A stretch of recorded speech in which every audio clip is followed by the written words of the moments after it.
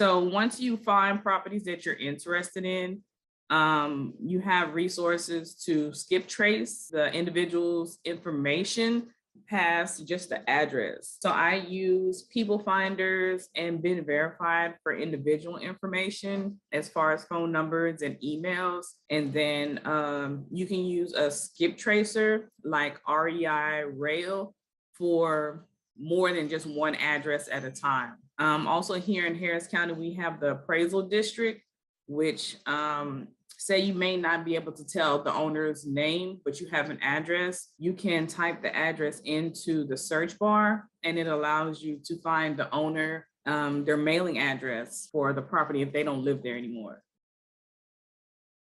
Okay, so everybody says that I have what's called the green effect, which is being able to kind of resonate with individuals or homeowners or sellers, being able to talk to them and kind of put myself in their shoes, being able to negotiate and get them to sell to me. Because a lot of times, even though you may think that you're the first person that comes across this property, and a lot of times that you're not, but being able to set yourself above that bar and get them to agree to sell to you is definitely what sets me apart from everybody else. So find your niche and do what others aren't willing to do. Okay, so after you find your lead and you have talked to the seller and they've agreed to sell to you, you want to send them your contract. Now, when I first started out, I did start using a online wholesale contract that I got from a local wholesaler. I have gotten away from that because number one, I did not feel comfortable with the verbiage because I did not get this contract on my own. So I will say as a disclaimer, consult an attorney or a experienced wholesaler before using a contract that you find online. So now we use the Texas real estate contract. Now, of course, with this document, it does have a lot of options in it that may not apply to me, but it's a lot easier because it's a universal legal form that's used here in Texas. So even if we don't use all the boxes, I am familiar with the form and I can go through each section and explain to the seller if it applies to us or not. So a lot of times it's just going to be who you're purchasing the property from, your closing date, how much you're buying the property for, and their signatures. That's it. Depending on who you're selling to, you can use DocuSign to send them the contracts. A lot of my clients tend to be older, so I have to print out the forms for them and take it to them directly for them to sign. So this is a very important slide. Even starting out, you want to build a real estate team, especially when you're doing probates or pre-foreclosures. You want to have a real estate attorney because a lot of times when these properties are going into foreclosure, the owner has passed and it's been left to an heir, but it wasn't transferred correctly. So you have to walk them through the process to transfer the property from the deceased owner's name to their name to allow them to be able to sell the property to you. Also, the inspector, a lot of times with the houses going into foreclosure, they may not have left the houses in the best condition. So you definitely want to have an inspector walk through so you can make sure you know what you're getting yourself into. Even if you know you're buying the house as is, you definitely want to be able to get an idea of what your repairs are going to be to run your numbers. Wholesale friendly title company.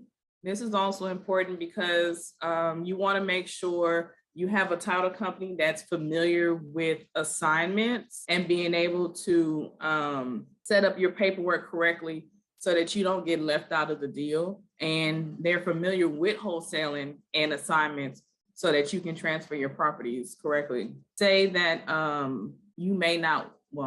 say that you don't want to hold on to the properties to rehab. You want to make sure you have a cash buyers network so that you're not holding on to these properties too long. Facebook is a good option. They have a lot of real estate groups. All you just have to do is type real estate in your area and you'll more than likely find a group online. So just like I mentioned, for your exit strategy, if you are wholesaling specifically and you have no intentions on holding on to the property and you just want to get in and get out, you have to make sure you have that cash buyers network. So finding a cash in buyer is important.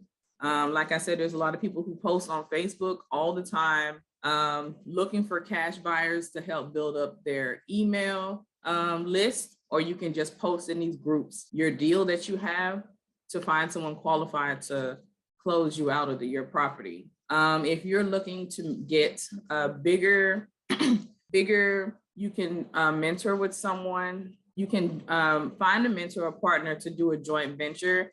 This is how Andre and I first met, doing these joint ventures and moving me from being just a wholesaler and now rehabbing properties. For number 3 is a buy and hold. We also do some buy and holds, my mother and I, of these properties. I've yet to do Airbnb, but this is also an option if you decide to buy and hold as a rental. This is one of our rehab properties. It was a wholesale deal. It was going into foreclosure.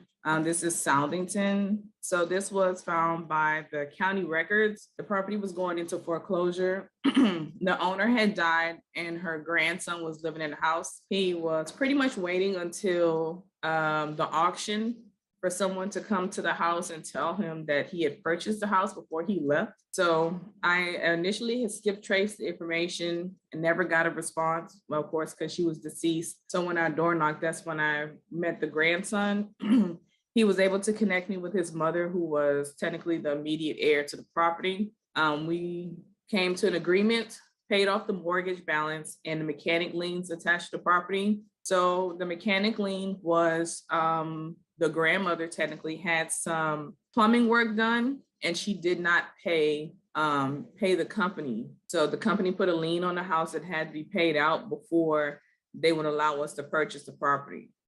So we use hard money, a rehab loan, to purchase the property, pay the family pretty much their cash for keys, and then do all our construction to the property to be able to sell it. So our exit strategy for this one was we rehabbed and sold it instead of just transferring it to a cash buyer from wholesale.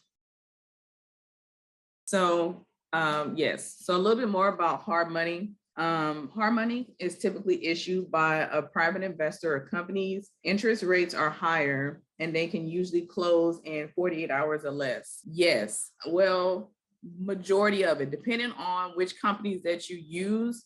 We have 2 different companies that we use, and Flipco covers up to 80 or 90%. And they don't require a credit check, but you do need an LLC to use them.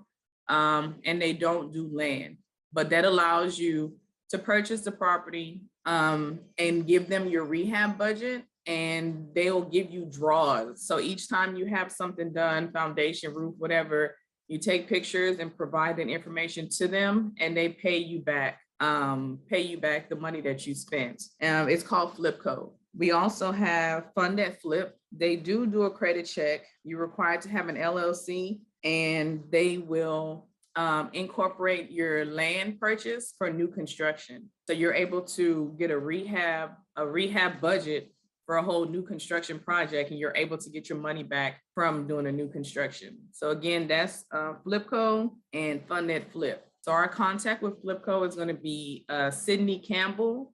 And then for Fund at Flip is Donovan Adisaro. I hope I didn't mess up his last name.